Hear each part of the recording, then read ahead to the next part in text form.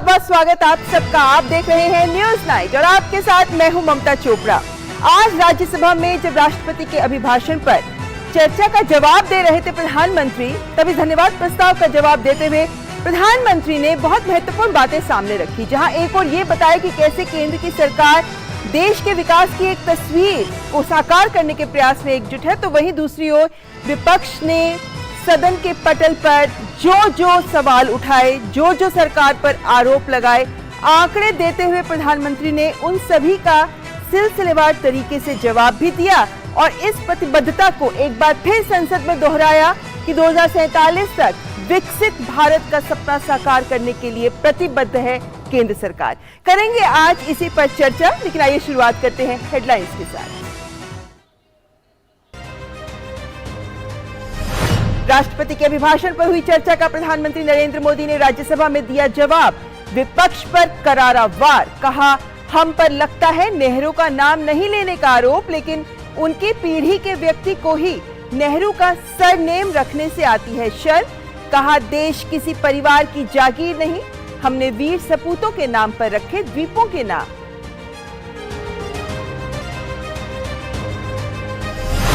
सरकार पर राज्यों को परेशान करने के आरोप लगाने वालों पर बरसे पीएम। कहा देखना चाहिए कांग्रेस ने कितनी बार अनुच्छेद 356 का किया दुरुपयोग।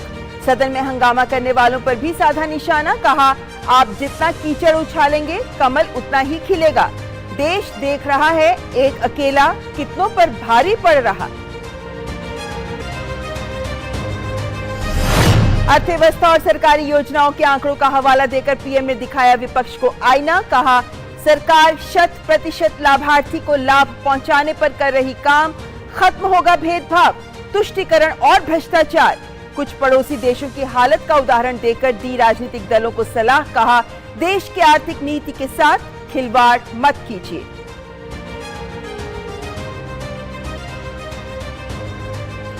पूर्वोत्तर के 3 राज्यों में जारी है प्रचार का काम। बीजेपी के राष्ट्रीय अध्यक्ष जेपी नड्डा ने त्रिपुरा के लिए जारी किया संकल्प पत्र, उन्नतो त्रिपुरा श्रेष्ठो त्रिपुरा 2023।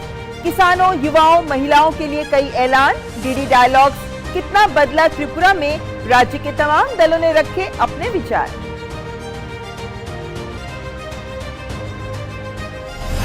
G20 पर्यटन कार्य समूह की 3 दिवसीय बैठक कच्छ में हुई संपन्न। प्रतिनिधियों ने विश्व विरासत धौलावीरा का किया दौरा। बेंगलुरु में पर्यावरण और जलवायु परिवर्तन कार्य समूह की बैठक में पारिस्थितिकी तंत्र को बचाए रखने पर चर्चा। अहमदाबाद में जारी है एंगेजमेंट ग्रुप की अर्बन 20 की बैठक।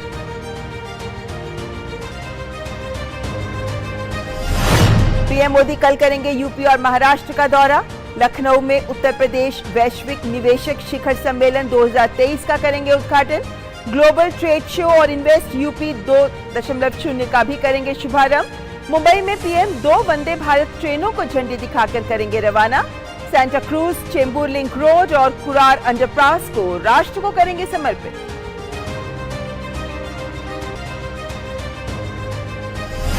तुर्की और सीरिया में भूकंप के 4 दिन बाद भी जारी है राहत और बचाव का काम। राहत कर्मियों ने कई लोगों को जिंदा निकाला। दोनों देशों में अब तक मरने वालों का आंकड़ा 16,000 के पार। ऑपरेशन दोस्त के तहत भारत की मदद जारी। 6ठी फ्लाइट भी पहुंची तुर्की। लोगों को तलाशने के साथ ही मेडिकल टीमें लगातार कर रही हैं काम।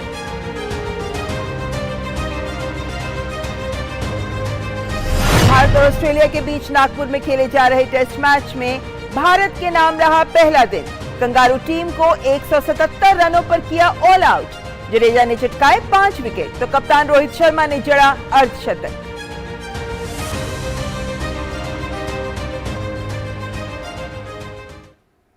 तो आइए देखते हैं खबरें विस्तार से। शुरुआत करते हैं संसद की ही खबर से। कल लोकसभा में राष्ट्रपति के अभिभाषण के धन्यवाद प्रस्ताव पर चर्चा का जवाब देने के बाद आज प्रधानमंत्री ने राज्यसभा में चर्चा का जवाब दिया और अपने संबोधन में प्रधानमंत्री ने केंद्र सरकार के विकास कार्यों को आंकड़ों के माध्यम से उच्च सदन के समक्ष रखा और साथ ही विपक्ष द्वारा उठाए गए बिंदुओं का भी सिलसिलेवार ढंग से जवाब दिया और विपक्ष को आईना भी दिखाया। राज्यसभा में राष्ट्रपति के अभिभाषण के धन्यवाद प्रस्ताव पर हुई चर्चा का जवाब देते हुए पीएम मोदी ने कई मुद्दों पर अपनी और अपनी सरकार की बात रखी। पीएम ने अपने भाषण में जहां देश की आर्थिक प्रगति को आंकड़ों के जरिए पेश किया तो विरोधियों पर जमकर हमले बोले। पीएम मोदी ने कहा कि उनकी सरकार पर आरोप लगते हैं कि आपने नेहरू का नाम नहीं लिया, लेकिन उनकी पीढ़ी के व्यक्ति को ही नेहरू के सरनेम रखने में शर्म आती है। किसी कार्यक्रम में अगर नेहरू जी के नाम का उल्लेख नहीं हुआ तो कुछ लोगों के बाल खड़े हो जाते हैं, उनका लहू एकदम गर्म हो जाता है कि नेहरू जी का नाम क्यों नहीं दिया। आदरणीय सभापति जी, मैं बहुत आश्चर्य होता है कि चलो भाई, हमसे कभी छूट जाता होगा नेहरू जी का नाम, और छूट जाता होता होगा हम ठीक भी कर लेंगे क्योंकि वो देश के पहले प्रधानमंत्री थे। लेकिन मुझे ये समझ नहीं आता है कि उनकी पीढ़ी का कोई व्यक्ति नेहरू सरनेम रखने से डरता क्यों है। पीएम मोदी ने आंकड़ों के जरिए विपक्ष को आईना दिखाया और कहा कि जो हमारे ऊपर राज्यों को परेशान करने के आरोप लगा रहे हैं, उन्हें देखना चाहिए कि कांग्रेस ने कितनी बार अनुच्छेद 356 का दुरुपयोग किया है। जरा इतिहास उठा करके देख लीजिए, वो कौन पार्टी थी, वो लोग कौन सत्ता में बैठे थे जिन्होंने आर्टिकल 356 का सबसे ज्यादा दुरुपयोग किया।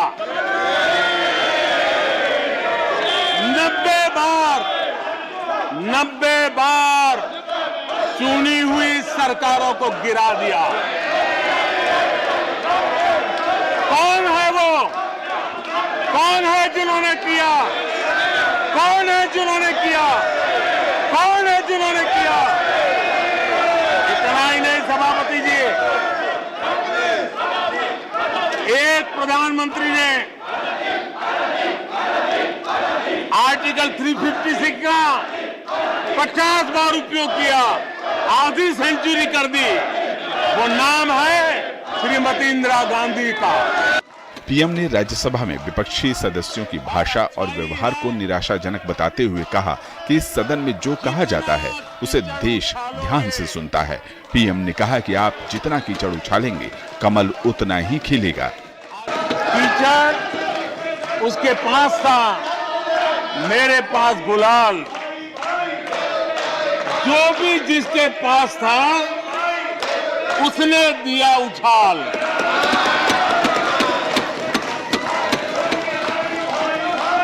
और अच्छाई है, जितना कीचड़ उछालोगे कमल उतना ही ज्यादा खिलेगा। प्रधानमंत्री ने कांग्रेस पर विकास की अनदेखी करने का आरोप लगाते हुए कहा कि कांग्रेस का खरगे के दावे के अनुसार नींव बनाने का इरादा हो सकता है, लेकिन उन्होंने अपने कार्यकाल के दौरान केवल गड्ढों को खोदा और विकास में अड़ंगा लगाया। 60 साल कांग्रेस के परिवार ने, हो सकता है उनका इरादा मजबूत नींव बनाने का हो, मैं उस पर कोई टिप्पणी करना नहीं चाहता, लेकिन 2014 के बाद आकर के मैंने देखा कि उन्होंने गड्ढे ही गड्ढे कर दिए थे। जब वो गड्ढे खोद रहे थे, 6 दशक बर्बाद कर दिए थे। उस समय दुनिया के छोटे छोटे देश भी सफलता के शिखरों को छू रहे थे, आगे बढ़ रहे थे।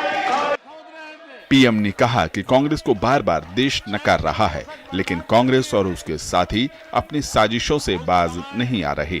हालांकि जनता इसे देख रही है और उनको हर एक मौके पर सजा भी दे रही है। विपक्ष की नारेबाजी के बीच पीएम मोदी ने कहा कि देश देख रहा है कि अकेला कितनों पर भारी पड़ रहा है। आजाद भारत का जो सपना है, उन सपने को पूरा करने के लिए हम संकल्पबद्ध होकर के चले। और आदरणीय सभापति जी, देश देख रहा है देश देख रहा है एक अकेला कितनों को भारी पड़ रहा है, एक अकेला कितनों को भारी पड़ रहा है।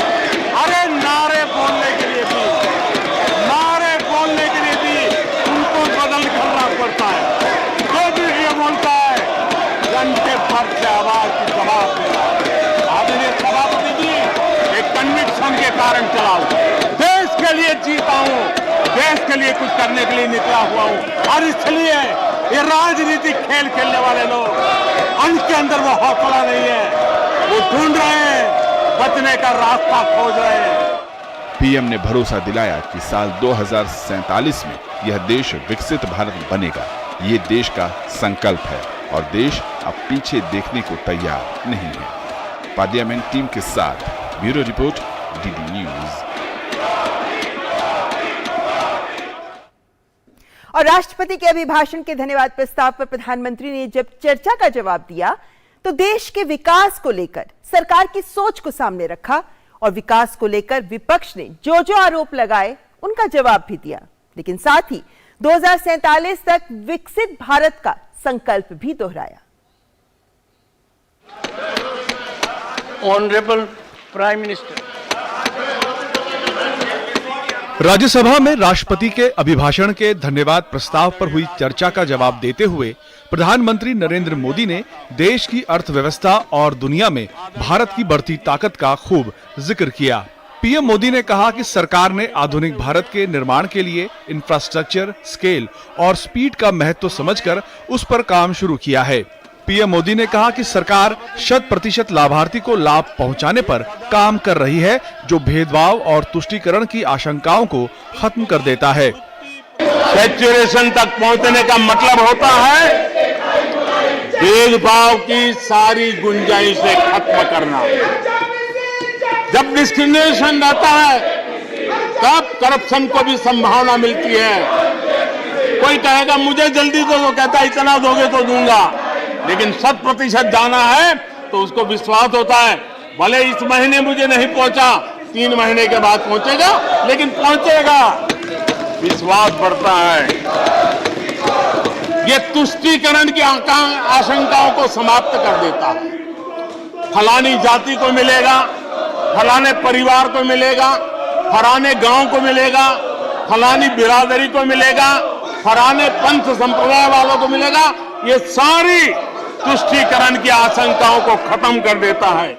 कुछ पड़ोसी देशों की हालत का उदाहरण देते हुए प्रधानमंत्री मोदी ने राजनीतिक दलों को सलाह दी कि देश की आर्थिक नीति के साथ खिलवाड़ मत कीजिए। जो सत्ता के खेल खेलना, यही जिनको सार्वजनिक जीवन का काम दिखता है, उन्होंने अर्थनीति को अनर्थ नीति में परिवर्तित कर दिया। मैं उनको चेतावनी देना चाहता हूं और मैं इस सदन की गंभीरता के साथ उनसे कहना चाहता हूं कि अपने रिस्पेक्टिव स्टेट को जाके समझाएं कि ये गलत रास्ते पर न चले जाएं। हम हमारे पड़ोस के देशों का हाल देख रहे हैं कि वहां पर क्या हाल हुआ है। अनाप शनाप कर्ज लेकर के किस प्रकार के देशों को डुबो दिए गए। आज हमारे देश में भी तत्कालीन लाभ के लिए अगर भुगतान करेगा तो आने वाली पीढ़ी करेगी। हम तो कर्ज करो जीपीओ वाला खेल आने वाला देखेगा। ये कुछ राज्यों ने अपनाया है, वो उनका तो तबाह कर देंगे, देश को भी बर्बाद कर देंगे। पीएम मोदी ने रोजगार पर अपनी सरकार की आलोचना के मुद्दे पर कहा कि जिन लोगों को नौकरी और रोजगार में फर्क नहीं पता, वो सरकार को ज्ञान दे रहे हैं। जिनको नौकरी और रोजगार का फर्क समझ नहीं है, वो हमें उपदेश दे रहे हैं। आदरणीय सभापति जी, नए नए नैरेटिव गढ़ने के लिए आधी अधूरी चीजों को पकड़ करके झूठ फैलाने के प्रयास हो रहे हैं। बीते 9 वर्ष में अर्थव्यवस्थाओं का जो विस्तार हुआ है, नए सेक्टर्स में रोजगार की नई संभावनाएं बनी। पीएम मोदी ने सरकार की तमाम योजनाओं का जिक्र करते हुए बताया कि कैसे देश आगे बढ़ रहा है। पीएम ने कहा कि जनधन, आधार और मोबाइल की त्रिशक्ति से 27 लाख करोड़ रुपए डीबीटी के माध्यम से सीधा हितधारकों के खातों में गए हैं। इससे 2 लाख करोड़ रुपए से अधिक रुपया जो किसी इकोसिस्टम के हाथों में जा सकता था वो बच गया। अब जिनको ये पैसा नहीं मिल पाया उनका चिल्लाना स्वाभाविक है।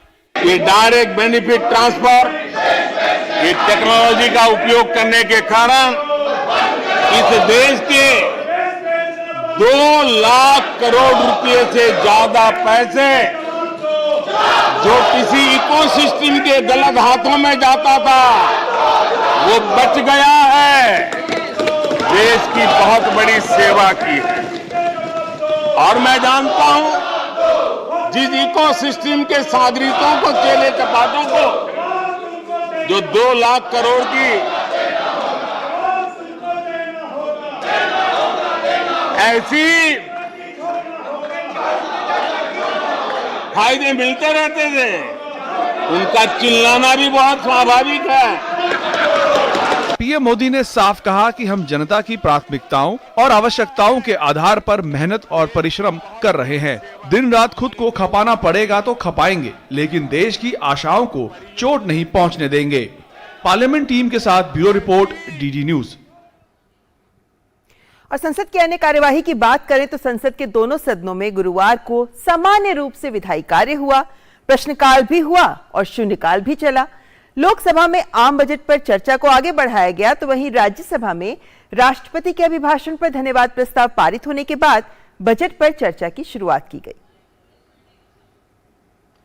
संसद के दोनों सदनों में गुरुवार को जमकर कामकाज हुआ। लोकसभा और राज्यसभा में प्रश्नकाल पूरे समय तक चला। सांसदों के कई अहम सवालों के जवाब संबंधित मंत्रालयों के मंत्रियों ने सदन के पटल पर रखे। As per the existing policy and provision, there is no reservation in the Indian judiciary. However, I have already reminded all the honorable judges, especially the college of members, to keep in mind while recommending the names to include the members from backward communities, women, and other categories which are not represented adequately in the Indian judiciary. मैं ऐसा मानता हूं कि जिस तरह से दुनिया में फूड पैटर्न्स चेंज हो रहे हैं और उसके कारण से जो अवेयरनेस बढ़ रही है, it's an opportunity for our nation. क्योंकि हम दुनिया में सबसे ज़्यादा मिलेट्स पैदा करने वाले देश हैं, सबसे ज़्यादा वैरायटी ऑफ मिलेट्स पैदा करने वाले देश हैं। अगर इस समय में हम अपने किसानों को उसमें प्रोत्साहित करके अपने देश में और पूरे विश्व भर में उपभोग के लिए मिलेट्स पैदा करें तो हम वाटर फुटप्रिंट को नीचे ला सकते हैं। राज्यसभा में सुबह 11 बजे शून्यकाल के दौरान कई सांसदों ने अहम मुद्दों पर अपनी बात भी रखी। वहीं लोकसभा में कई अहम पत्रावलियां सदन के पटल पर रखी गईं। लोकसभा में 12 बजे के बाद आम बजट पर चर्चा को आगे बढ़ाया गया। वहीं राज्यसभा में राष्ट्रपति के अभिभाषण पर धन्यवाद प्रस्ताव पारित होने के बाद बजट पर चर्चा की शुरुआत की गई। अब संसद में आम बजट पर चर्चा को पूरा किया जा रहा है। शैलेंद्र मिश्र, राजेश राज और अनुज यादव के साथ ऋषि कुमार, डीडी न्यूज, दिल्ली।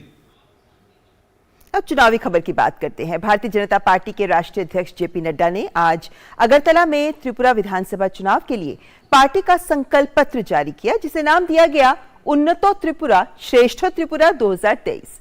और जेपी नड्डा ने इस अवसर पर यह भी कहा कि ये विजन डॉक्यूमेंट है जो त्रिपुरा के लोगों की महत्वाकांक्षाओं, इच्छाओं और आकांक्षाओं को दर्शाता है। त्रिपुरा चुनाव पर आयोजित डीडी कॉन्क्लेव के दौरान वाम दलों ने भाजपा सरकार पर राज्य में हिंसा को बढ़ावा देने का आरोप लगाया।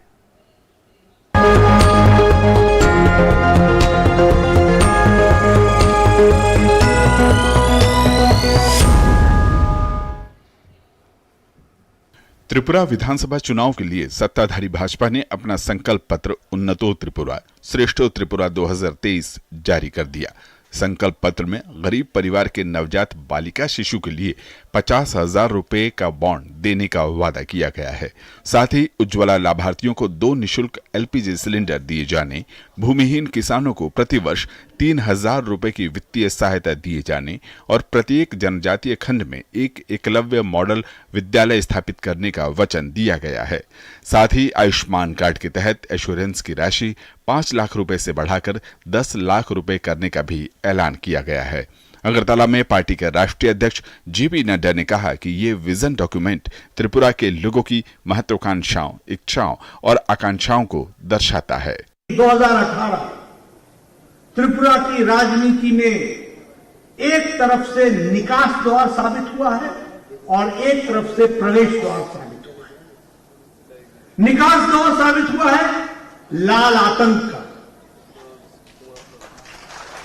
निकास द्वार साबित हुआ है भ्रष्टाचार का। निकास द्वार साबित हुआ है करप्शन एंड कमीशन का। निकास द्वार साबित हुआ है क्रिमिनलाइजेशन का। राष्ट्रीय अध्यक्ष जेपी नड्डा ने खैरपुर विधानसभा क्षेत्र में एक विजय संकल्प रैली को भी संबोधित किया। उन्होंने राज्य की जनता को विश्वास दिलाया कि भाजपा की सरकार राज्य की विकास यात्रा को जारी रखेगी। उन्होंने बताया कि बीते 5 साल में राज्य सरकार ने 3,37,000 से ज्यादा लोगों के लिए आवास की योजना को मंजूरी दी है, जिसमें से 2,54,000 मकान बन भी चुके हैं। इसके अलावा उन्होंने जल जीवन मिशन और आयुष्मान भारत की उपलब्धियों का जिक्र किया। उन्होंने कहा कि भाजपा ने राज्य को भ्रष्टाचार मुक्त, विद्रोही गतिविधियों और अपराध मुक्त क्षेत्र बनाया है। इससे पहले जेपी नड्डा ने माता त्रिपुर सुंदरी के भी दर्शन किए। भाजपा एक ओर जहां विकास कार्य और भ्रष्टाचार मुक्त शासन की बदौलत सत्ता में वापसी का दावा कर रही है, तो दूसरी ओर सीपीआई-एम नेता सीताराम येचुरी ने डीडी कॉन्क्लेव के दौरान भाजपा सरकार पर राज्य में हिंसा को बढ़ावा देने के आरोप लगाए और कहा कि कांग्रेस के साथ मिलकर चुनाव लड़ना राज्य के हित के लिए किया गया है। पिछले 5 सालों में जिस तरीके से यहाँ पर हिंसा और आतंक के आधार पर राजनीति चली, और जितने भी आपके लोकल बॉडी चुनाव जो होंगे आपके, वो चुनाव का मतलब जब लोगों को अपनी राय देने के लिए ही वो अनुमति नहीं मिली। 1000 से ज्यादा हमारे कॉमरेडों के घर, दफ्तर वगैरह वगैरह जला दी गई। कई सारे लोगों के ऊपर हमले हुए। तो अब ऐसी हालत में जनतांत्रिक व्यवस्था का पुनर्स्थापना जरूरी है। कानून और हमारे देश के संवैधानिक व्यवस्था को लागू करवाना। त्रिपुरा में हर चुनाव के बाद इतना वायलेंस होता था, हजारों कांग्रेस का घर जला देता था, ठीक ना। हर इतना रिफ्यूजी कैंप्स खोलते थे शरणार्थी के लिए। ये तो बीजेपी टाइम में है ही नहीं ना। शरणार्थी बना, उल्टा जो शरणार्थी मिजोरम से आए थे उनका सेटलमेंट हमने कर दिया। 23 साल बाद 23 साल झूलते रहा वो रियांग शरणार्थी, प्रू शरणार्थी, उनका हमने सेटलमेंट कर दिया। तो वायलेंस त्रिपुरा में इस तुलना में है ही नहीं। राज्य विधानसभा की कुल 60 सीटों के लिए 16 फरवरी को मतदान होगा। ऐसे में राज्य के विपक्षी दलों कांग्रेस, वाम दलों सहित तिपरा, मोथा और तृणमूल कांग्रेस ने भी प्रचार किया। नतीजे 2 मार्च को आएंगे। अगरतला से धीरज कुमार और कुमार आलोक की रिपोर्ट, डीडी न्यूज। और त्रिपुरा के चुनावी समीकरणों पर न्यूज नाइट के बाद आप देख सकते हैं डीडी डायलॉग, कितना बदला त्रिपुरा, जिसमें होगी त्रिपुरा के मुख्यमंत्री से खास बातचीत। और फिलहाल यहां पर रुकेंगे एक ब्रेक के लिए। आप देखते रहें news night. Reform, perform, transform से ग्रेट परफॉर्मेंस की कहानी लिख रहे उत्तर प्रदेश में यशस्वी प्रधानमंत्री श्री नरेंद्र मोदी जी के विजन के अनुरूप माननीय मुख्यमंत्री योगी आदित्यनाथ जी के नेतृत्व में आयोजित हो रहे ग्लोबल इन्वेस्टर्स समिट 2023 में आपका स्वागत है। 20 देशों के 10,000 से अधिक विजनरी बिजनेस लीडर्स के इस अंतर्राष्ट्रीय निवेशक महाकुंभ में गवर्नमेंट टू बिजनेस मीटिंग्स और रिकॉर्ड MOU होंगे। आइए 10 से 12 फरवरी को लखनऊ में नए भारत के ग्रोथ इंजन की स्पीड का हिस्सा बने। उत्तर प्रदेश में निवेश करें। नए भारत का ग्रोथ इंजन।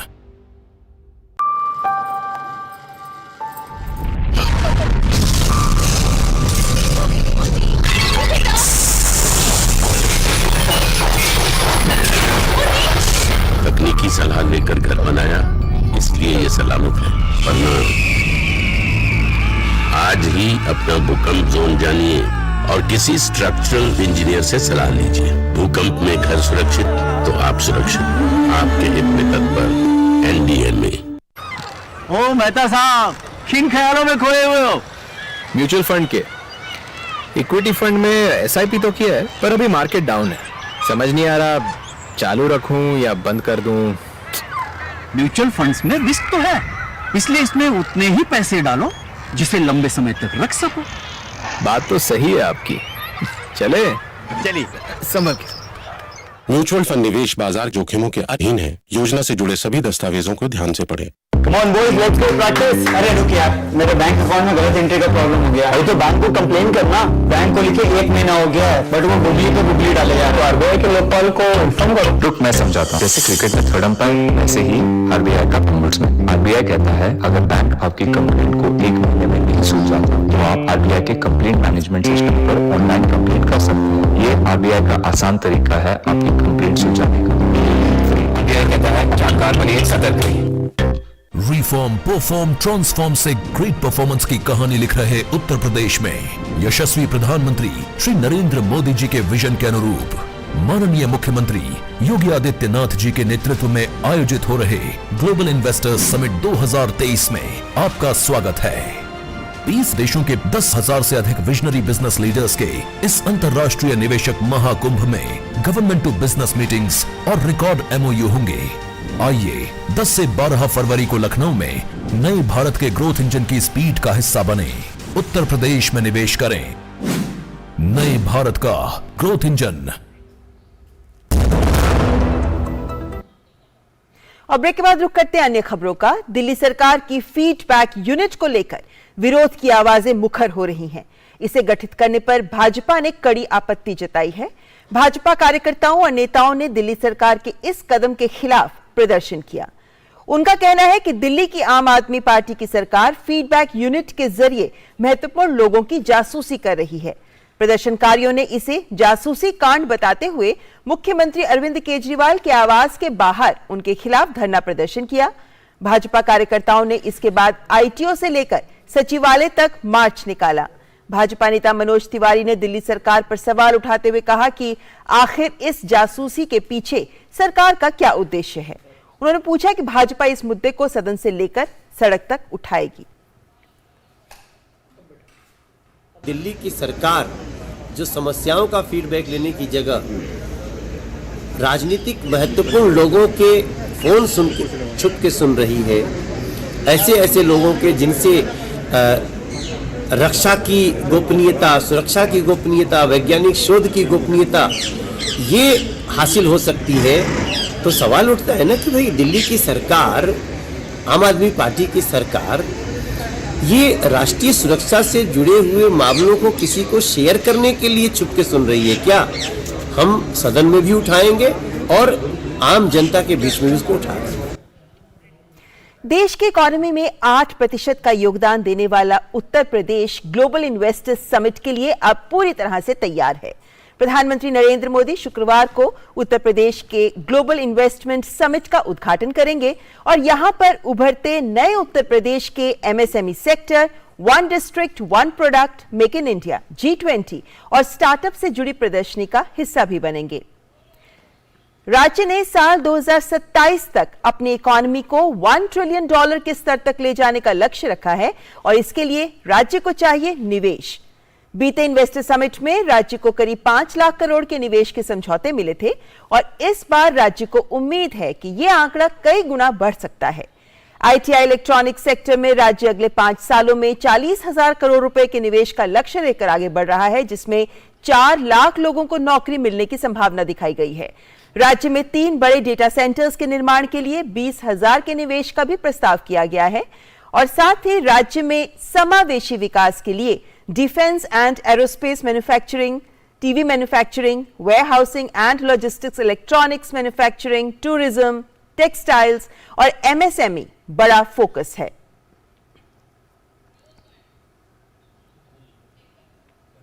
केंद्रीय सामाजिक न्याय एवं अधिकारिता मंत्री डॉक्टर वीरेंद्र कुमार ने विभिन्न राज्यों में स्थित 25 नशा मुक्ति उपचार केंद्रों को राष्ट्र को समर्पित किया है। इस नशा मुक्त भारत अभियान में अब तक देश भर के 8 करोड़ से भी ज्यादा युवा जुड़ चुके हैं। युवाओं और नागरिकों में नशीले पदार्थ का सेवन देश को विकसित राष्ट्र बनाने में बाधा बनता है।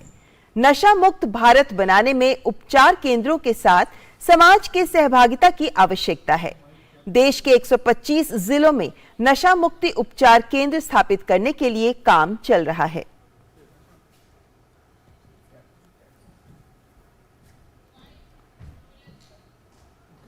2047 का भारत कैसा होगा, जिसकी संकल्पना और संकल्प माननीय प्रधानमंत्री जी के नेतृत्व में यह देश लिया है उसको बाधित करने का एक बहुत बड़ा प्रयास ड्रग्स के माध्यम से होगा। इस राष्ट्रीय सीमा के अंदर ही नहीं बल्कि अपने देश की सीमा के बाहर से भी बहुत सारे इसके प्रयास चल रहे हैं। अपनी परंपराओं पर की यथार्थ पर खड़ा होने के लिए संकल्पित युवाओं को दिग्भ्रमित करने के लिए, उसे बीमार बनाने के लिए, उसे समाप्त करने के लिए नारकोटिक्स का रास्ता विरोधियों ने अपनाया है। और रुक कर लेते हैं अंतर्राष्ट्रीय खबर का। तुर्की और सीरिया में आए भूकंप के बाद जैसे जैसे वक्त बीत रहा है, लोगों को जिंदा बचाने की उम्मीदें कम होती जा रही हैं। हालांकि बचाव अभियान जारी है। भूकंप में मरने वालों की संख्या बढ़कर 19,000 के पार हो गई है। इस बीच भारत सरकार द्वारा शुरू किया गया ऑपरेशन दोस्त भी तेज रफ्तार से जारी है। तुर्की और सीरिया में सोमवार को आए भूकंप के चौथे दिन और जीवित बचे लोगों को खोजने के लिए गुरुवार को भी बचाव कर्मी जुटे रहे। तुर्की के शहरों में खोज और बचाव अभियान बुधवार रात भर जारी रहा और गुरुवार को बचाव कर्मियों ने मलबे से लोगों को जिंदा निकाला। लेकिन 72 घंटे की महत्वपूर्ण अवधि बीत जाने के बाद भी लोगों के जीवित बचे होने की उम्मीद कम हो गई है। इन दोनों देशों में अब तक मरने वालों का आंकड़ा 16,000 के पार हो चुका है। बचाव कर्मियों ने तुर्की के शहर गाजियापेट में जीवित बचे लोगों की तलाश की। कड़ी मेहनत के बीच खुशी के पल भी दिखे जब हथाय में इतालवी अग्निशामकों ने एक 23 वर्षीय व्यक्ति को 4 मंजिला इमारत के मलबे से बचाया। और तुर्की के काहर मनमराश में इजरायली सेना के बचाव दल ने मलबे के नीचे से एक 2 साल के बच्चे को जिंदा निकाला। राष्ट्रपति तैयब अर्दोआन ने गुरुवार को भूकंप प्रभावित गाजियापेट प्रांत का दौरा किया। अर्दोआन ने कहा कि शक्तिशाली भूकंपों से 6,444 इमारतें नष्ट हुई हैं, जबकि तुर्की में मरने वालों की संख्या बढ़कर 14,014 हो गई है, जबकि 63,000 से अधिक घायल हुए हैं। भारत सरकार द्वारा शुरू किए गए ऑपरेशन दोस्त के अंतर्गत खोज और बचाव प्रयासों के साथ साथ चिकित्सा सहायता के संदर्भ में आवश्यक सहायता प्रदान करने के प्रयास जारी हैं। अब तक 6ठी ऑपरेशन दोस्त फ्लाइट तुर्की पहुंच चुकी है। एनडीआरएफ की टीमें गाजियापेट में बचाव कार्यों में सहायता प्रदान कर रही हैं, जबकि मेडिकल टीमें स्केंदेरून में फील्ड अस्पताल स्थापित कर रही हैं। दोनों देशों में मरने वालों की संख्या बढ़ने की संभावना है। 1999 के बाद तुर्की का ये सबसे घातक भूकंप साबित हो सकता है। 1999 में इसी तरह के शक्तिशाली भूकंप ने 17,000 से अधिक लोगों की जान ले ली थी। News night desk, DD news. और अब बात पड़ोसी देश पाकिस्तान की, जिसकी डूबती अर्थव्यवस्था को बचाने के लिए अंतर्राष्ट्रीय मुद्रा कोष की टीम और पाकिस्तान सरकार के बीच वार्ता का आखिरी दौर समाप्त हो रहा है। आईएमएफ के अधिकारी $7 अरब के लोन प्रोग्राम की समीक्षा कर रहे हैं। लंबी बातचीत के बाद भी पाकिस्तान और आईएमएफ के बीच बेल आउट पैकेज को लेकर फिलहाल कोई सहमति नहीं बन पाई है और दोनों पक्षों के बीच गतिरोध बरकरार है। पाकिस्तान के पास 1 महीने से कम समय का डॉलर बचा है और उसके पास केवल $3 अरब विदेशी मुद्रा बची रह गई है। पाकिस्तान में पिछले कुछ महीनों से आर्थिक संकट गहराता जा रहा है और पाकिस्तान में जनवरी 2023 में महंगाई दर 27% से ज्यादा हो गई, जो 1975 के बाद सबसे ज्यादा महंगाई दर है। इस बीच पूरे पाकिस्तान में बत्ती गुल का संकट भी देखने को मिल रहा है। पाकिस्तान में विनाशकारी बाढ़ के बाद आर्थिक मुसीबतें बढ़ी हैं। शहरी और ग्रामीण इलाकों में महंगाई दर 2.5 के अंकों तक पहुंच गई है। शहरी खाद्य महंगाई दर 39% तक पहुंची है, तो वहीं ग्रामीण महंगाई दर बढ़कर 45% के पार तक पहुंच गई है। खाने पीने के सामान में 20 किलो आटे की औसत कीमत 1,164 रुपए तक पहुंच गई, तो वहीं प्याज की कीमतें एक साल में 39 रुपए प्रति किलो से बढ़कर 231 रुपए प्रति किलो तक पहुंच गई हैं। ऐसे में पाकिस्तान के लिए आईएमएफ का बेल आउट पैकेज काफी महत्वपूर्ण है, लेकिन बातचीत के दौरान दोनों पक्षों में सहमति नहीं बनती दिख रही। इससे पहले पाकिस्तानी प्रधानमंत्री शहबाज शरीफ ने अंतर्राष्ट्रीय मुद्रा कोष की शर्तों को कल्पना से परे बताया था। उन्होंने कहा था कि हमारे सामने ऐसी शर्तें रख दी गई हैं जिन्हें पूरा करना मुश्किल है, लेकिन हमारे पास कोई और रास्ता भी तो नहीं है। तो फिलहाल मुश्किल में दिख रही है पाकिस्तान की अर्थव्यवस्था। क्या मिलेगी आईएमएफ से राहत, देखना होगा। फिलहाल यह वक्त एक ब्रेक का। रिफॉर्म परफॉर्म ट्रांसफॉर्म से ग्रेट परफॉर्मेंस की कहानी लिख रहे उत्तर प्रदेश में यशस्वी प्रधानमंत्री श्री नरेंद्र मोदी जी के विजन के अनुरूप माननीय मुख्यमंत्री योगी आदित्यनाथ जी के नेतृत्व में आयोजित हो रहे ग्लोबल इन्वेस्टर्स समिट 2023 में आपका स्वागत है। 20 देशों के 10,000 से अधिक विजनरी बिजनेस लीडर्स के इस अंतर्राष्ट्रीय निवेशक महाकुंभ में गवर्नमेंट टू बिजनेस मीटिंग्स और रिकॉर्ड MOU होंगे। आइए 10 से 12 फरवरी को लखनऊ में नए भारत के ग्रोथ इंजन की स्पीड का हिस्सा बने, उत्तर प्रदेश में निवेश करें। नए भारत का ग्रोथ इंजन।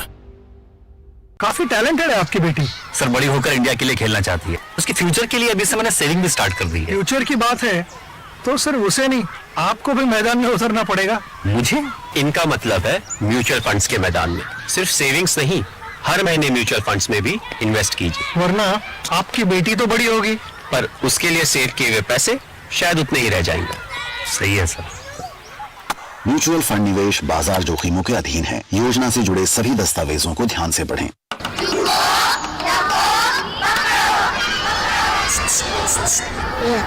समझ गए सब? Good, very good. एक बार फिर करेंगे।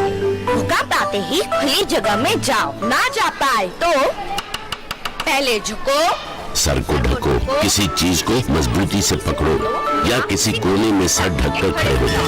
आप भी भूकंप से बचना सीखिए। तैयारी में है समझदारी। आपके हित में तब तक NDA में। पेमेंट फेल, लेकिन पैसे तो कट गई मेरी मेहनत की कमाई। हो जाएगी भरपाई, इतना मत कर मेरे भाई। अगर डिजिटल ट्रांजैक्शन फेल हो जाए तो अकाउंट से पैसे कट जाए तो बैंक समय से पैसे लौटा देगा, वरना कॉम्पनसेशन का है प्रावधान। नहीं तो RBI के ऑम्बुड्समैन को शिकायत करें आप। लो बिल। मेरी फीस। RBI कहता है जानकार बनिए, सतर्क रहिए। रिफॉर्म परफॉर्म ट्रांसफॉर्म से ग्रेट परफॉर्मेंस की कहानी लिख रहे उत्तर प्रदेश में यशस्वी प्रधानमंत्री श्री नरेंद्र मोदी जी के विजन के अनुरूप माननीय मुख्यमंत्री योगी आदित्यनाथ जी के नेतृत्व में आयोजित हो रहे ग्लोबल इन्वेस्टर्स समिट 2023 में आपका स्वागत है। 20 देशों के 10,000 से अधिक विजनरी बिजनेस लीडर्स के इस अंतर्राष्ट्रीय निवेशक महाकुंभ में गवर्नमेंट टू बिजनेस मीटिंग्स और रिकॉर्ड MOU होंगे। आइए 10 से 12 फरवरी को लखनऊ में नए भारत के ग्रोथ इंजन की स्पीड का हिस्सा बने, उत्तर प्रदेश में निवेश करें। नए भारत का ग्रोथ इंजन। और ब्रेक के बाद आइए रुख कर लेते हैं आज की महत्वपूर्ण खबर का। जैसा हम जानते हैं कि राज्यसभा में राष्ट्रपति के अभिभाषण पर जो चर्चा हुई उसका जवाब देते हुए प्रधानमंत्री ने आज कई महत्वपूर्ण मुद्दों को सामने रखा, जिससे जुड़ा है हमारा आज का विशेष, जो कहता है राज्यसभा से PM की हुंकार, एक अकेला कितनों पर भारी। चर्चा के लिए हमारे साथ जुड़ रहे हैं मनोज कुमार यादव जी, जो भाजपा के प्रवक्ता हैं। स्वागत आपका मनोज जी। हमारे साथ कांग्रेस के प्रवक्ता अतुल लोंढे पाटिल जी भी जुड़े हुए हैं। अतुल जी, आपका भी स्वागत। और हमारे साथ वरिष्ठ पत्रकार अशोक पंडित जी भी जुड़े हैं। स्वागत आपका अशोक जी। सबसे पहले अतुल जी, शुरुआत आपसे करती हूं, क्योंकि ये एक परंपरा रही है कि राष्ट्रपति जब दोनों सदनों को राष्ट्रपति संबोधित करते हैं तो राष्ट्रपति के अभिभाषण पर धन्यवाद प्रस्ताव पर चर्चा की जाती है और जाहिर है कि उसके बाद प्रधानमंत्री उसका जवाब देते हैं। एक परंपरा है ये। ऐसा क्या रहा कि आज राज्यसभा में आप लोगों ने 88 मिनट तक पूरी कोशिश की कि शोर के साथ PM की आवाज दबा दी जाए? ये नाकाम कोशिश करने के पीछे क्या सोच थी? क्या आप लोग नहीं चाहते थे कि जो बिंदु आपने उठाए हैं, जिस कारण आप लोग संसद तक आए हैं, कि उसका जवाब प्रधानमंत्री दें? नहीं, कल भी 85 मिनट का भाषण दिया था मोदी जी ने, तो कल भी उन्होंने कोई जवाब नहीं दिया था अदानी जी के बारे में कि एग्जैक्टली अदानी जी ने कितने का माल लूटा है देश का, कितने से इस देश के आम आदमी को लूटा है। और आप ये बात कहती है, हमने तो सवाल उठाए थे 2006 में मनमोहन सिंह साहब को राष्ट्रपति के अभिभाषण के उत्तर नहीं देने दिए, उनको टेबल में वो रखना पड़ा। तो भाजपा जो है, संसद नहीं चलने देना, संसद में रकस क्रिएट करना, इसे तो वो शस्त्र मानती है, संसद का शस्त्र मानती है। ये तो अरुण जेटली जी ने, सुषमा स्वराज जी ने कहा है, सारा देश जानता है। लेकिन क्या देश के सामने सच्चाई नहीं आनी चाहिए? तो अतुल जी, आपका मतलब है आपका मतलब है कि चूंकि बीजेपी जब विपक्ष में थी तब उन्होंने जो किया उसी को देखते हुए इस बार आप लोगों को लगा कि मौका हाथ में है तो हम भी वैसा ही कर दें, तो आप लोगों ने अभिभाषण को रोकने की कोशिश की। आपने अपने मुद्दे उठाए वो अलग बात है, लेकिन मेरा आपसे सवाल एक ये भी है अतुल जी कि क्या आपको लगता है कि जो आम जनता के जो मुद्दे हैं इस समय उन्हें उठा के उनके प्रति जवाब मांगने की बजाय आपको लगा कि सिर्फ यही एक मुद्दा है? क्या इसके पीछे राजनीति हावी नहीं थी जनहित की बजाय? देखिए, LIC में किसका पैसा है? आम आदमी का पैसा है। SBI में किसका पैसा है? आम आदमी का पैसा। कितना प्रतिशत? और जिस तरह से सुनिए प्रतिशत की बात नहीं, अगर 1 रुपया भी है और लूट रहा है ना देश का, तो महत्वपूर्ण होता है। सुनिए, और जिस तरह से कोयले का ओवर वैल्यूएशन किया, 5 रुपए का कोयला जो है वो 25 रुपए का दिखाया है, तो कोयले का ओवर वैल्यूएशन होने से कोयला हमें महंगा मिल रहा है और उसका सीधा सीधा परिणाम जो है वो बिजली बिल पर हो रहा है। तो इतना ज्यादा महंगा बता दिया गया है, अदानी जी इतना पैसा लूट रहे हैं कि हमारे नाते पोती भी इसका बिल भरते रहेंगे, इतना महंगा। तो लोगों पे जो चोट पड़ रही है उसका सवाल खड़ा करना, क्या ये लोगों की बात नहीं तो किसकी बात है? प्रधानमंत्री जी ने कल कहा नल जल में 8 करोड़ लोगों को हमने आज तक दिया नल जल से पानी, और आज कहते 11 करोड़ को। तो देश के प्रधानमंत्री झूठ बोलते हैं तो उस पे तो आपने सवाल खड़ा करना चाहिए। नहीं, ये आंकड़े तो वेबसाइट्स पे ही हैं। ये तो अतुल जी आप अपनी बात रख रहे हैं, आप विपक्ष के नाते आपको सवाल उठाने का पूरा हक है। लेकिन मैं तो आपने जो आंकड़े दिए हैं, 11 करोड़ बोला। नहीं आपने के भाषण है ना कल का और आज का, अगर आप प्रधानमंत्री ने बोला है। दरअसल हुआ क्या है कि डिजिटल इंडिया के साथ सब कुछ पारदर्शी भी हो गया है, तो जो वेबसाइट है मंत्रालय की, उस वेबसाइट पर जो आंकड़े दिए जाते हैं वो आंकड़े सबकी पोल खोल देते हैं। लेकिन यहाँ पर मैं आपके पास वापस आऊंगी अतुल जी, आपके पास बहुत सवाल है हमारे पास। जी बोलिए। ऐसा है कि 14.5 करोड़ किसान है इस देश में, पहले 11.5 करोड़ लोगों को पैसा दिया। कल का जो बजट आया उसमें जो फिगर आया इकोनॉमिक सर्वे में, वो 1 करोड़ 87 लाख किसान को ही पैसे दिया, बाकी को छोड़ दिया। ये भी सच्चाई है। उज्ज्वला की सच्चाई है, 9 करोड़ लोगों को उन्होंने गैस दिया। सेकंड सिलेंडर 87% महिलाएं सेकंड सिलेंडर नहीं भर पाई है, और जो पहली महिला है जिसे शुरुआत की थी उसका वीडियो आया है, वो चूल्हे पर सब जलाते हुए उसके आयोजन में तो आरोप प्रत्यारोप तो चलते रहेंगे यहाँ पर। चलिए, आपने बात नहीं, अब आपने मुद्दा उठाया है तो आइए इसका जवाब लेते हैं। फिर मनोज जी क्या कहेंगे आप? देखिए ममता जी, जिस तरह से कांग्रेस पार्टी और राहुल गांधी जी लगातार जब भी पार्लियामेंट का सेशन होता है तो कभी पेगासस को लेके आते हैं, कभी ये लोग राफेल के मुद्दे को उठाते हैं, और इस तरह के अनर्गल झूठ बोलना, तथ्यहीन बातें करना और फिर झूठ बोल करके माफी मांगना सर्वोच्च न्यायालय में हल्फनामा दे करके, ये राहुल गांधी एंड कंपनी की आदत बन गई है। देखिए, छाछ तो बोले, छलनी भी बोले, जिसमें 70 छेद है। जिस तरह से इनके शासनकाल में रॉबर्ट वाड्रा डेवलपमेंट मॉडल चलता था, कमिश्नर और कट का जो मॉडल चलता था, करप्शन का मॉडल जो चलता था, मामा क्वात्रोची का मॉडल चलता था। आप देखिए, जीप घोटाले से लेकर के राजीव गांधी फाउंडेशन का जो चंदा लिया इन्होंने, उससे लेकर के 2G 3G कॉमनवेल्थ, जितने भी घपले घोटाले इन्होंने किए हैं वो साफ साफ दिखाते हैं कि जो इनके अंदर निराशा भरी हुई है, क्योंकि इनको कमीशन नहीं मिल रहा है। आज नरेंद्र मोदी जी का शासन है जिसके कारण 27 लाख करोड़ रुपए डीबीटी के माध्यम से लोगों के, लाभार्थियों के खाते में सीधे जाते हैं। इनके ही प्रधानमंत्री कहते थे कि अगर 1 रुपया मैं दिल्ली से देता हूं तो 15 पैसे ही जनता तक पहुंचते हैं, 85 पैसे वो कौन सा हाथ का पंजा खा जाता था। ये पारदर्शी रूप से अगर कोई सरकार चल रही है तो नरेंद्र मोदी जी की सरकार चल रही है। और जिस तरह से ये आरोप लगा रहे हैं उद्योगपतियों पर, इस देश के अंदर एक ऐसा इकोसिस्टम बनाया जा रहा है, इस देश के अंदर साम्यवादियों के द्वारा और कांग्रेस के द्वारा एक ऐसा इकोसिस्टम बनाया गया कि ये देश सांप सपेरों का देश है। यहां के व्यापारी, यहां के उद्योगपति ठग हैं, चोर है।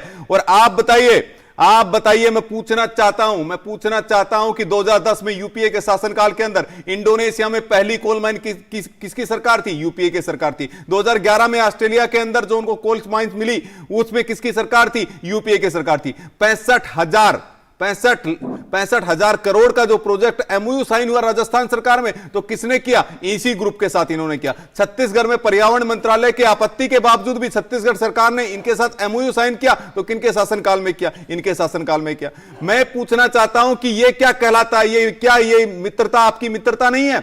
ये एक तरह से नरेंद्र मोदी जी को गाली देने का जो चलन चला है, नरेंद्र मोदी जी को जो टारगेट करने का चलन चला है, वो लगातार अभी भी बदसूरत जारी है। और ममता जी, आप देखिए, इनके राहुल गांधी जी बोलते हैं मैं भारत जोड़ो यात्रा कर रहा हूं, जो एक प्रायश्चित यात्रा है, लगातार अपने पापों को धोने की यात्रा है, और उसमें ये बोलते हैं महंगाई का मुद्दा उठाते हैं, इसका मुद्दा उठाते हैं। जनता के सरोकार के मुद्दे मैं पूछना चाहता हूं, कितने जनता के सरोकार के मुद्दे इन्होंने उठाए? एक मुद्दा नहीं उठाया, केवल नरेंद्र मोदी जी को गाली देना, नरेंद्र मोदी जी को अपमानित करना। लेकिन मैं बता देना चाहता हूं कि नरेंद्र मोदी जी के साथ में 140 करोड़ देशवासियों का आशीर्वाद है। इनके झूठे आरोपों के सामने हम ना डरने वाले हैं ना डटने वाले हैं। आज नरेंद्र मोदी जी कह सकते हैं मनोज जी कि इनके पास बहुत अच्छा मौका रहा विपक्ष के पास कि वो अपने जनहित, जनता से जुड़े मुद्दों को उठाते, ताकि जनता भी सोचती कि हमारे लोग गए हैं वहां पर हमारे प्रतिनिधि, तो वो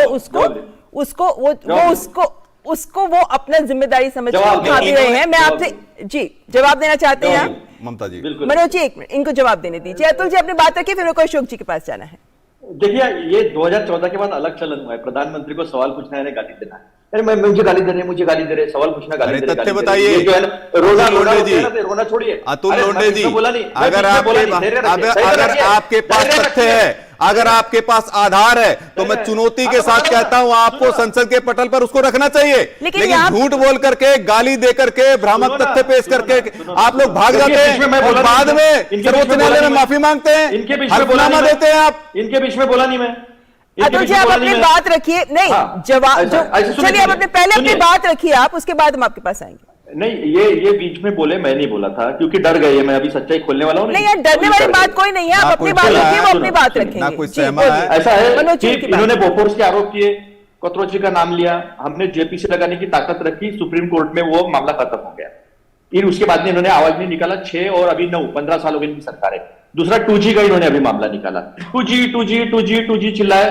जज ने कहा मैं 11 बजे से 7 बजे तक बैठा रहा, सबूत का इतना चिट्ठा भी नहीं लाया। तो आरोप अनर्गल अतुल जी, अगर आपके पास कोई सबूत है तो आप क्यों नहीं जा रहे कोर्ट? सुनिए ना, आप सुनने को तैयार नहीं। उनको सवाल नहीं पूछा, उनका पूरा भाषण सुन लिया, मैं तथ्य सामने रख रहा हूं तो टोक रहे आप बीच में। चलिए बोलिए। सुनिए ना, डीआरआई ने 16, मैंने जो कोल की केस बताई वो डीआरआई ने इन्वेस्टिगेट की है, लेकिन उसके ऊपर ना सेबी ने कुछ किया, क्योंकि सेबी में जतिन मेहता है, वो विनोद अदानी जी के समधी है, करण अदानी के ससुर है, वहां से भी क्या अपेक्षा करेंगे?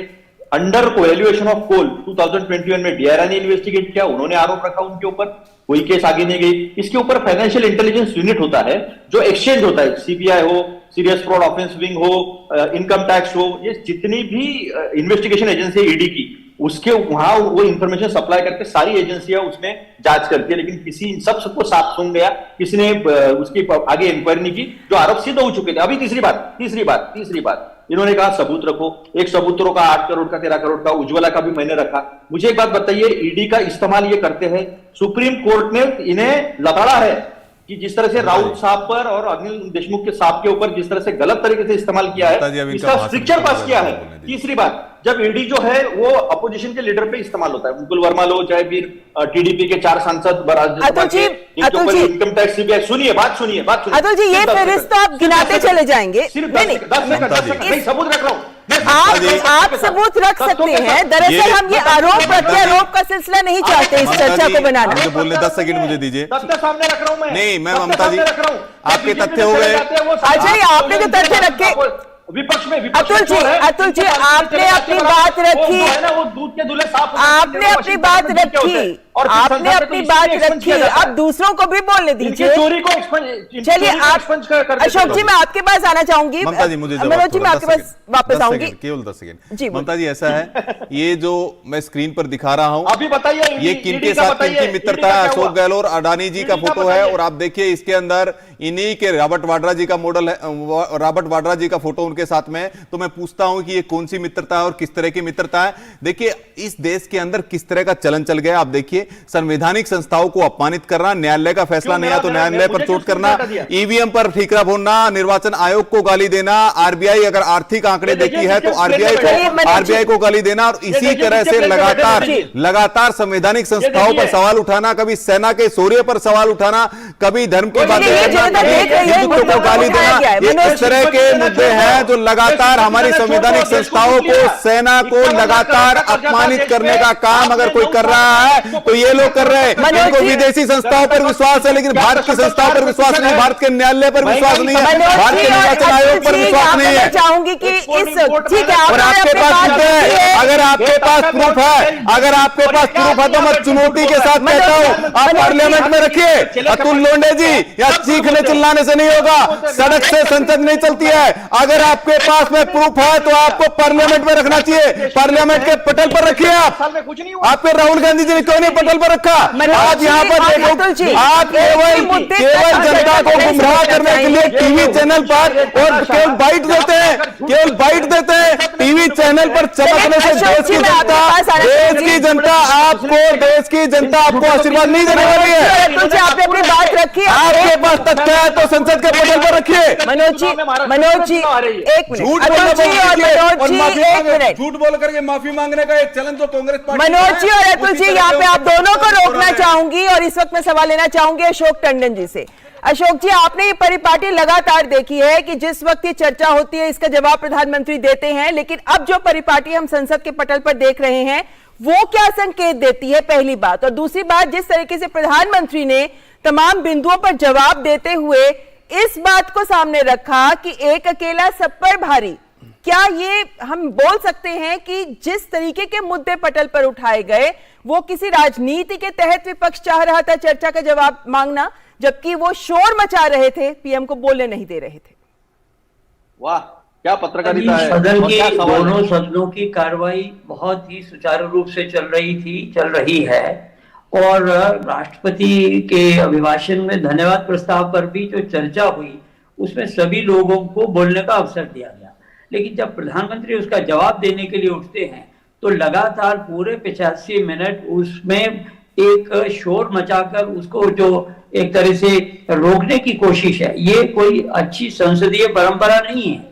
मैं ये नहीं कह रहा कि प्रधानमंत्री को क्यों नहीं बोलने दिया, किसी भी सदस्य को बोलने से रोका नहीं जाना चाहिए, लेकिन जब चर्चा पूरी इस प्रकार से हुई कि सभी लोग अपनी अपनी बात रख सके तो ऐसे में फिर प्रधानमंत्री को भी अपनी बात रखने का मौका दिया जाना चाहिए था। तो उसमें लगातार शोर करके मुझे नहीं लगता विपक्ष ने कोई ब्राउनी पॉइंट स्कोर किया होगा, बल्कि उल्टा पड़ा, क्योंकि जितनी ऊर्जा और जोश के साथ आज आक्रामकता प्रधानमंत्री ने अपने 85 मिनट के भाषण में दिखाई वो उन पर भारी पड़ गई और इसलिए उन्होंने कहा कि एक अकेला जो है वो सब पर भारी पड़ रहा हूं क्योंकि मेरी आवाज आप दबा नहीं पाए हैं। और जिस जोश के साथ, ऊर्जा के साथ प्रधानमंत्री ने सभी बातों का जवाब दिया, विपक्ष को मुंह तोड़ जवाब दिया और कांग्रेस को तो उन्होंने बख्शा ही नहीं, क्योंकि कांग्रेस की ओर से ही ये प्रयास था कि ये भाषण प्रधानमंत्री का जो उत्तर है उसको ना होने दिया जाए। तो मेरा ऐसा मानना है कि संसदीय लोकतंत्र में जो एक अच्छी परंपरा ये होती है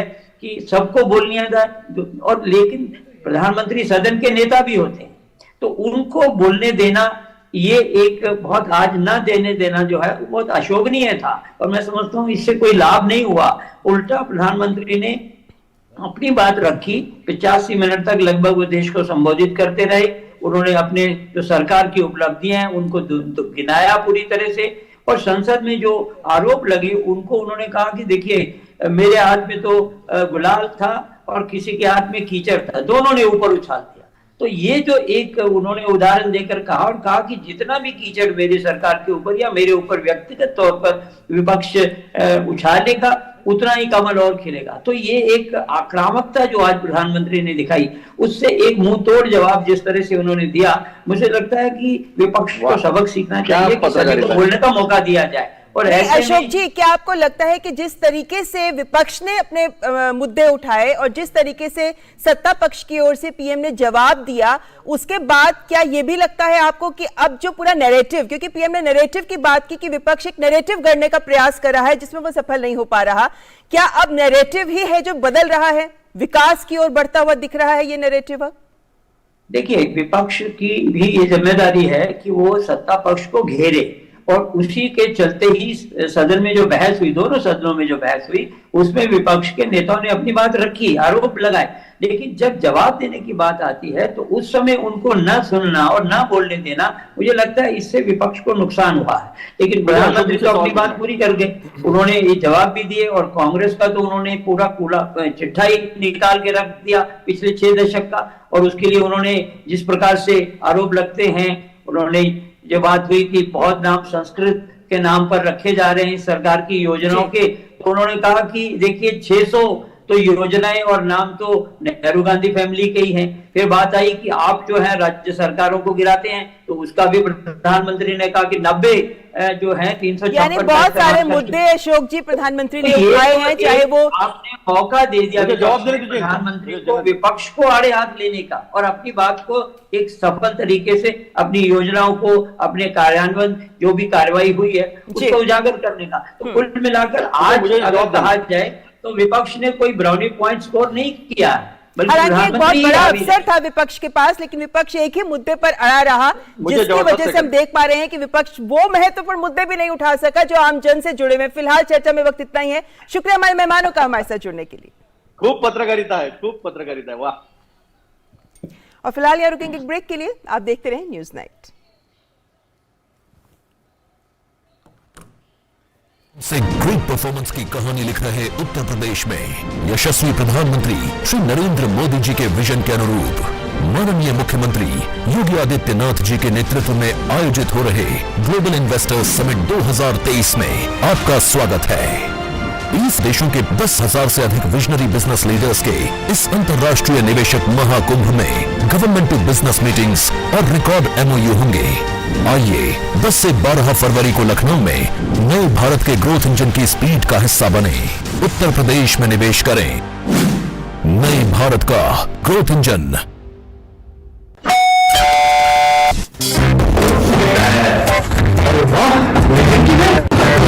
मैं खेलूंगा फ्यूचर पार्टी इसका नाम लिखा है, बैट उसी को मिलेगी। अरे यार देखा, अगर मेरा नाम नहीं लिखा होता तो कितनी दिक्कत हो जाती। इसी RBI कहता है बैंक अकाउंट हो या बैंक लॉकर, उसमें नॉमिनी का नाम जरूर होना चाहिए ताकि आपकी जमा पूंजी उसी को मिले जिसे आपने नामित किया। RBI कहता है जानकार बनिए, सतर्क रहिए। ओ मेहता साहब, किन ख्यालों में खोए हुए हो?